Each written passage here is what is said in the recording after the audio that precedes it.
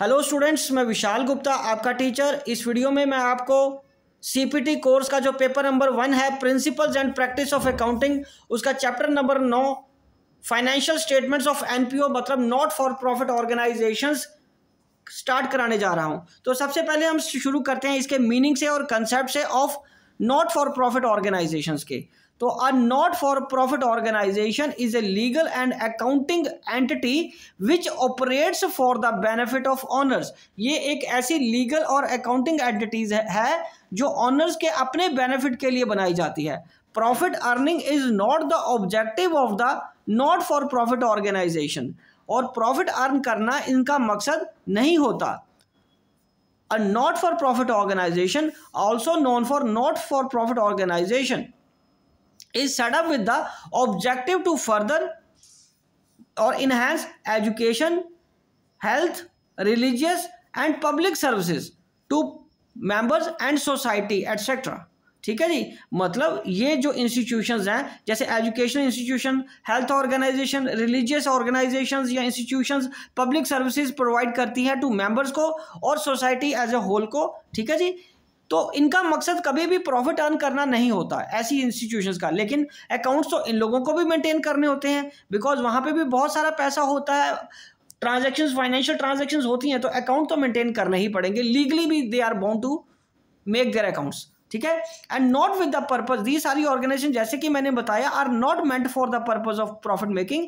Examples of such organisations are schools, colleges, public hospitals, literary societies, societies for promotion of sports, arts and culture, social welfare organizations and clubs etc. ये सारी organisations होती हैं, ठीक है, जिनमें भी accounts बनाने की जरूरत होती है, लेकिन इन सब का मकसद प्रॉफिट अर्न करना नहीं होता। ठीक है जी। तो इनके लिए हम आगे अब बात करते हैं अब कि फंड्स तो चाहिए होते हैं। Funds required for the activities of NPO are normally sourced by इस मेंबर, और जो पैसा आता है वो इनके मेंबर्स द्वारा ही कंट्रीब्यूट किया जाता है, ट्रस्टीज द्वारा ही कंट्रीब्यूट किया जाता है in the form of donation, membership fees, subscriptions. So funds received by NPO may be donation, membership fees, entrance fees, subscriptions, loans, grants from government and other institutions से। ठीक है। तो पहली बात तो इन लोगों को जो पैसा मिलता है वो तो मेंबर्स ही कंट्रीब्यूट करते हैं, और सो फंड और जगह से भी उनको फंड मिल सकते हैं, जैसे डोनेशन से भी आते हैं, मेंबरशिप फीस तो आती है, entrance fees, subscription, loans, grants, इन सभी जगह से भी उनको पैसा आता है। अब हम बात करेंगे आगे features and characteristics of not for profit organisation. सबसे पहला इसका फीचर है entity. It is a legal and accounting entity separate from its promoters.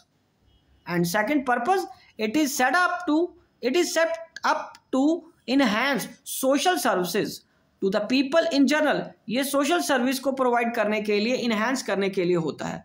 और तीसरा ownership, it is set up by individuals, companies, charitable societies, trust, but it is not owned by them, but ये इनके द्वारा owned नहीं किया जाता। ठीक है, ओके जी। चलिए next, profit is not the objective. जैसे कि हमने पहले भी बात करी कि इसका मकसद प्रॉफिट अर्न करना कभी भी नहीं होता। ठीक है जी। और नेक्स्ट क्या है इसका fifth point, management. So management में अगर हम बात करें इसके पॉइंट की, it is managed by a group of individuals often called trustees and managing committee के फॉर्म में जाने जाते हैं। एंड फंड्स कहाँ से आते हैं, आर गिवन बाय डोनर्स। जो डोनेशन देते हैं किसी भी फॉर्म में, उनसे ये फंड इनको मिलते हैं, उन्हीं से इनका काम चलता है आगे। और फाइनेंशियल स्टेटमेंट्स, तो ये फाइनेंशियल स्टेटमेंट्स भी बनाते हैं, receipt and payment, income and expenditure and balance sheet. ये तीन मेजर फाइनेंशियल स्टेटमेंट्स ये बनाते हैं, receipts and payments, income and expenditure and balance sheet. ठीक है जी। तो अब सबसे पहले अब हम आगे कंटिन्यू करते हुए आज हम जो इसकी थ्योरेटिकल पोर्शन करेंगे वो करेंगे सिर्फ रिसीट एंड पेमेंट का आगे। तो रिसीट एंड पेमेंट को अंडरस्टैंड करिए। Receipts and payment account is a summary of cash receipts and payments during an accounting period shown under appropriate head of accounts. It begin with the opening cash and bank balances and end with the closing cash and bank balances of the accounting period. ठीक है जी। तो इसका मतलब receipt and payment account simple अगर मैं बताऊं तो वो कैश अकाउंट से ही बनता है, क्योंकि कैश अकाउंट तो हम डेट वाइज बनाते हैं, मंथ वाइज बनाते हैं, उसके बैलेंस उठाते जाते हैं। तो वो रिसीट एंड पेमेंट्स जो कैश में होती है उसी की एक समराइज्ड फॉर्म होती है। और ये शुरू कहाँ से होता है? ओपनिंग कैश से और ओपनिंग बैंक बैलेंस से, इसमें क्लब्ड होता है। ओपनिंग कैश और बैंक बैलेंस क्लब्ड होता है। जैसे कैश बुक में डबल कॉलम में आप अलग अलग कॉलम बना देते हैं ना हम, तो इसमें ऐसा नहीं होता। ठीक है जी। सो उसके बाद है इट एंड्स विद, एंड किसके साथ होगा? कैश एंड बैंक के बैलेंस के साथ। ओके जी। तो चलिए अब आगे है receipts are shown on the debit side. No doubt debit word comes in के फॉर्म में। अगर हम बात करें तो ये क्या होता है? ये डेबिट साइड में इसकी रसीट्स आएंगी और पेमेंट्स ऑब्वियसली फिर किस में आएंगे? क्रेडिट साइड में। ओके जी। क्रेडिट वर्ड गोज आउट के फॉर्म में receipts and payments of every nature are shown in this account whether it is capital or revenue in nature or whether it reflects the current year, previous year or next year। ठीक है जी। तो every nature की जो item है, weather capital है या revenue है, तो वो इसमें आएगी किसी भी साल की हो। आपको रसीट से मतलब है, पेमेंट से मतलब है, उसके डेट इस साल की है या नहीं है उससे मतलब नहीं होता। ओके जी। तो नेक्स्ट अब हम बात करेंगे features of receipt and payment account. तो रसीट एंड पेमेंट अकाउंट के मैं आपको फीचर समझाता हूं क्या है। It is an asset account. ठीक है जी। रियल अकाउंट इन नेचर, ये रियल अकाउंट होता है। एसेट अकाउंट तो आपको पता ही रियल अकाउंट होते हैं। So it is being a summary of cash receipt and cash payment including bank balances. दूसरा, it is summary of cash and bank transactions under appropriate head of accounts. Okay जी। और तीसरा, receipts are shown in the debit of the account while payments are shown in the credit। receipts are shown in the debit of the account और payment कहाँ? Credit में। receipts are also payment of every nature, चाहे capital है या revenue है, इसमें आएंगी shown in the account। and receipts and also payments whether they relates to previous year, current year, future years are shown in this account. मतलब receipt and payments है, चाहे वो कैपिटल नेचर की है या रेवेन्यू नेचर की है, वो इसमें आएंगी ही आएंगी। और दूसरा, चाहे वो प्रीवियस ईयर से है रसीट या पेमेंट, या करंट ईयर से है या फ्यूचर ईयर से रिलेटेड है, वो भी इसमें आएंगी। It starts with the opening cash balance and ends with the closing cash balance and bank balances. ठीक है जी। ओके। 7th पॉइंट है इसके फीचर्स का, adjustments for outstanding expenses, prepaid expenses, accrued income, income received in advance and depreciation are not made in this account as it is maintained on the cash basis of accounting। ये cash basis of accounting पे maintain होता है, accrual basis पे maintain नहीं होता, इसलिए इसमें कोई भी वो चीज़ outstanding, accrued, due, received in advance, prepaid नहीं आएगा।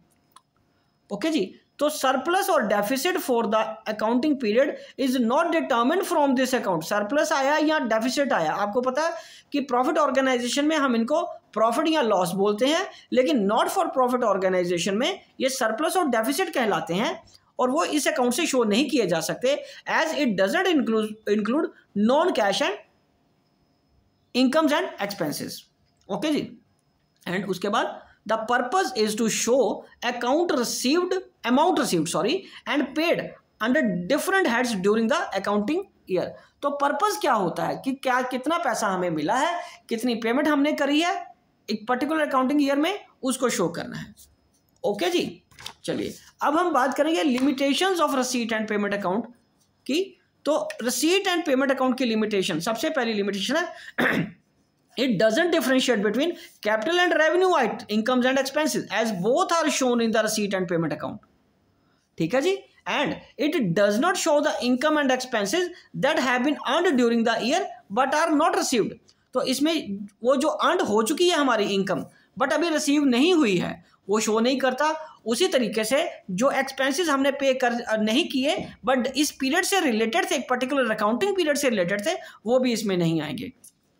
इट डजंट शो सरप्लस और deficit for the accounting year. ये सरप्लस या डेफिसिट भी शो नहीं करता है अकाउंटिंग पीरियड का। It doesn't show whether NPO is able to meet day to day expenses और not out of its income. ठीक है। तो अब ये नहीं बताता हमें कि वे अपनी डे टू डे एक्सपेंसेस को मीट करने के लिए अपनी इनकम को इसका पूरा पड़ रहा है या नहीं पड़ रहा, एक्सपेंसेस को मीट करने के लिए क्या इसके पास सफिशिएंट फंड्स हैं, ये इसे नहीं पता चलता क्योंकि ये तो लास्ट के साल के एंड में बनती है। अब preparation of receipt and payment account, तो रसीट एंड पेमेंट अकाउंट की मैं प्रिपरेशन से पहले आपको एक बार इसका फॉर्मेट दिखा देता हूं, ठीक है जी। तो स्टूडेंट्स, जो मैं आपको फॉर्मेट दिखाने जा रहा हूं रसीट एंड पेमेंट का, वो मेरे पास जो बुक अवेलेबल है उसमें से दिखा रहा हूं, ठीक है जी। आप उसको अंडरस्टैंड करिए, ठीक है जी। उससे कोई फर्क नहीं पड़ता कि ये 12th क्लास की बुक है, रसीट एंड फॉर्मेट का यही बैलेंस कॉलम रहेगा। हालांकि मैंने नो डाउट 12th क्लास की बुक से ही लिया है, ठीक है जी। तो आप इसको अंडरस्टैंड करिए। ये मैं आपके लिए यहाँ आपको शो कर रहा हूँ, ये देखिए। तो ये है हमारा format of receipt and payment account का। तो इस यदि आपके पास +2 की बुक पड़ी है तो आप उसमें से देख लीजिए, क्योंकि इस साल जो 2022-23 का साल है, ये अकाउंटिंग ईयर है या फाइनेंशियल ईयर है, ठीक है जी, इसमें ये चैप्टर +2 में अब नहीं रहा CBSE में, लेकिन बुक्स में है। तो यदि आपके पास बुक है तो उसमें से ये चैप्टर देख लीजिए। तो ये देखिए, यहाँ ओपनिंग बैलेंस आ गया कैश का और बैंक का, फिर जो रसीट्स आ रही हैं वो यहाँ आती जाएंगी। इसमें मैंने जैसे कि आपको पहले भी बताया, कैश और बैंक का अलग अलग कॉलम नहीं बनेगा, इकट्ठा कॉलम बनेगा और दोनों बैलेंस शो होंगे। तो entrance fees, subscription, general donation, specific donation, grants अलग तरह की हैं, स्पेसिफिक की है और जनरल भी हैं, sale of newspaper, sale of old sports material, interest on investment, rent received, interest, मतलब जितनी तरह की भी आपको NPO में रसीट्स आएंगी, इंडोमेंट फंड है, सेल ऑफ फिक्स्ड एसेट्स हैं, ये सारी आपको यहाँ नजर आ जाएंगी। और उसी तरह क्रेडिट साइड में, और क्रेडिट साइड में क्या आएगा बेटा, क्रेडिट साइड में आपका इसमें क्या आ जाएगा, इसमें पेमेंट्स आ जाएंगी। इसमें क्या आ जाएंगी, सारी payments, salaries, rent, postage, advertisement, newspaper, repair, audit fees, maintenance.